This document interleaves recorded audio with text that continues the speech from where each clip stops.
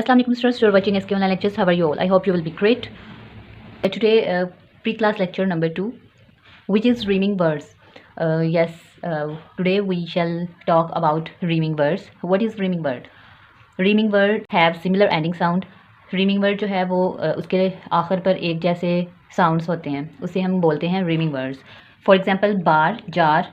अब ये आप देखें इसके लास्ट पे जब हम इसको प्रोनाउंस करते हैं तो ये सिमिलर साउंड देता है. जिस तरह बार है, जार है, तो ये एक जैसे साउंड, यहाँ पे एक जैसे साउंड्स प्रोनाउंस होते हैं जब इसको हम बोलते हैं.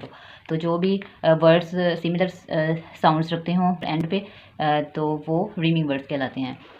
इसी तरह hat, bat, hen, ton, jet, pat, all words are riming words because they have similar ending sounds. I hope you will be enjoying this lecture. If you like this, don't forget to subscribe my channel, and for more videos visit my channel SK Online Lectures. Allah Hafiz.